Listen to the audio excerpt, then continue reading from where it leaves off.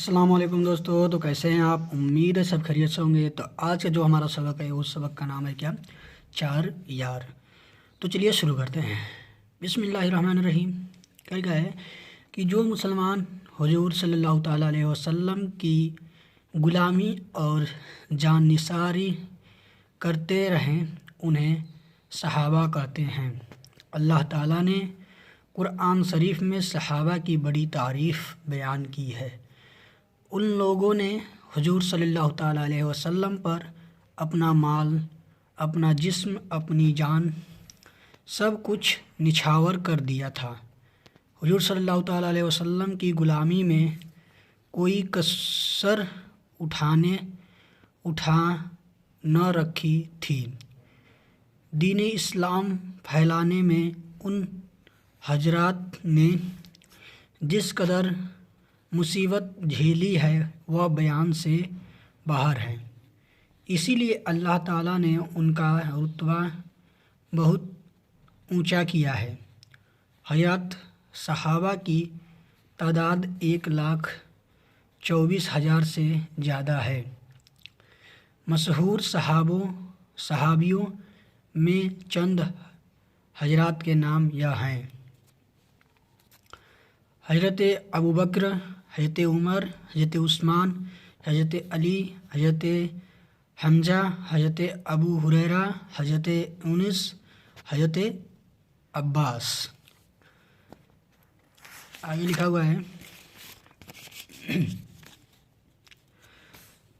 حضرت بلال، حضرت معاویہ، حضرت عمر ابن عاص رضی اللہ تعالیٰ عنہ۔ تمام صحابہ میں سب سے افضل حضرت ابوبکر ہیں، جن کا لقب صادق قبر ہے۔ یہاں پر غلطی ہو گیا تھا۔ حضرت ابوبکر ہیں جن کا لقب صادق اکبر ہے۔ ٹھیک ہے، آگے لکھا ہے ان کے بعد سب سے افضل حضرت عمر ہیں، جن کا لقب فاروق عظیم ہے۔ ان کے بعد سب سے بڑھ کر حضرت عثمان غنی ہیں۔ ان تینوں حضرات کے بعد باقی تمام صحابہ میں سب سے اونچا مرتبہ حضرت علی مرتضیٰ کا ہے، رضی اللہ تعالیٰ عنہما۔ ان 4 صحابہ کو 4 یار کہا جاتا ہے۔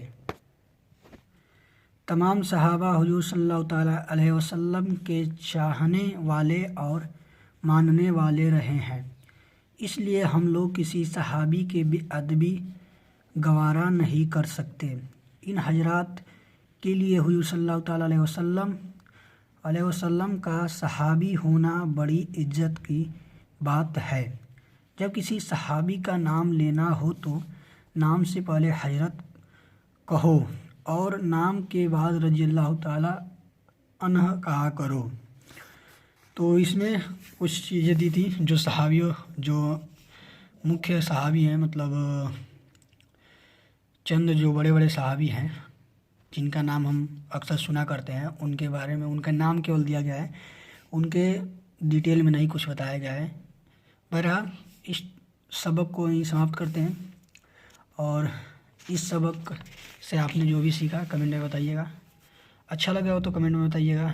ملتے ہیں نیکسٹ ویڈیو میں، تب تک کے لیے خدا حافظ۔